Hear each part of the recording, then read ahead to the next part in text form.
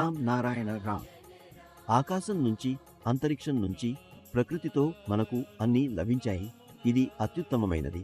దీనికంటే గొప్పది ఏదీ లేదు. కానీ ఆకాశం తన నక్షత్రాలకు లేదా గ్రహాలకు ఎప్పుడైనా నేనే అన్నీ అని చెబుతుందా?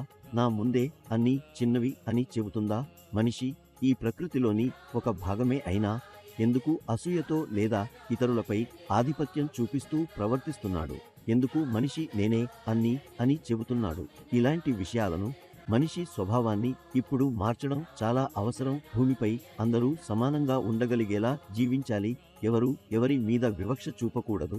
అసూయ లేకుండా పరస్పరం ప్రేమతో జీవించగలిగేలా ఉండాలి. మనిషి ఒక్కసారైనా ఆలోచిస్తున్నాడా? అతనికంటూ స్వంతం ఏముంది? అతను ఏమి తీసుకుని వచ్చాడు? అతనికి అన్ని అంతరిక్షం, ఆకాశం, ప్రకృతి నుంచి వచ్చినవే. అతనికి స్వంతం ఏముంది?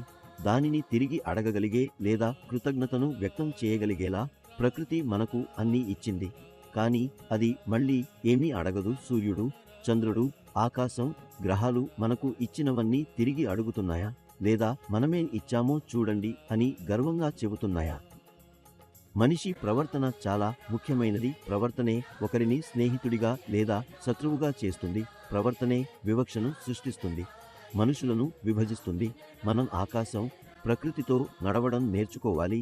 సూర్యుడు ఎప్పుడూ నేను నా కాంతిని ఈ జాతికే ఇస్తాను లేదా ఈ మతానికి ఇవ్వను అని చెప్పడు. ఆకాశం ఎప్పుడూ నేను ఎవరికీ జీవం ఇవ్వను అని చెప్పదు. గ్రహాలు మనము శక్తిని అందించము అని ఎప్పుడూ చెప్పవు. కానీ మనిషి మాత్రమే ఇలాంటి ప్రవర్తనను వ్యాప్తి చేస్తాడు. అందరం సూర్యుడు, ఆకాశం, గ్రహాలను ఆదర్శంగా తీసుకోవాలి. ఇలా చేస్తే భూమిపై మనుషుల మధ్య ప్రేమ, ఐక్యత భావం పెంపొందుతుంది. ఇప్పుడు భూమిపై కొంతమంది మత పెద్దలు కులం, మతం పేరుతో ప్రజల్లో భయాన్ని సృష్టించారు. ఇలా చేయకపోతే చెడులు జరుగుతాయి అనే భయం ప్రజలను చుట్టుముట్టింది. ఈ భయానికి లోనైన సమాజం లోతుగా జీవిస్తోంది. అయితే ఇప్పుడు ప్రజలకు నిజం చెప్పే సమయం వచ్చింది. నిజం ఏమిటంటే మనకు అన్నీ ఆకాశం మరియు ప్రకృతిలోంచే వచ్చినవే. మనిషి సృష్టించిన భయాలతో భయపడాల్సిన అవసరం లేదు. అవసరమైతే మన అంతరాత్మను వినడం, మన స్వభావాన్ని పరిశీలించడం. ప్రతి వ్యక్తిలో బుద్ధి మరియు చైతన్యం నిండుగా ఉంటాయి. వాటిని వినడం ద్వారా సరైన జ్ఞానం లభిస్తుంది.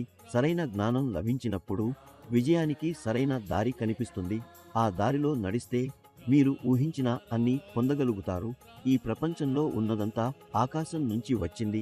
ఆకాశం నుంచి వచ్చిన శక్తితోనే ప్రకృతి రూపొందింది. ప్రకృతి నుంచి మనం ఉద్భవించాము. మీ జీవితాన్ని మెరుగుపరుచుకోవాలనుకుంటే, ఒక క్రమపద్ధతిలో జీవించాలనుకుంటే రామ్ నారాయణ రామ్ అనే మంత్రాన్ని అనుసరించండి. ఈ మంత్రమే మీ జీవితంలో సార్థక మార్పును తీసుకురాగలదు. ఇప్పటి వరకు లక్షలాది మంది ఈ మంత్రం ద్వారా తమ జీవితాన్ని మార్చుకున్నారు. జీవితానికి నిజమైన అర్థాన్ని తెలుసుకున్నారు. మరి మీరెందుకు ఆలస్యం చేస్తున్నారు? మీకు సమయం దొరికినప్పుడల్లా రామ్ నారాయణ రామ్ జపం చేయండి. విజయ మార్గంలో ముందుకు సాగండి.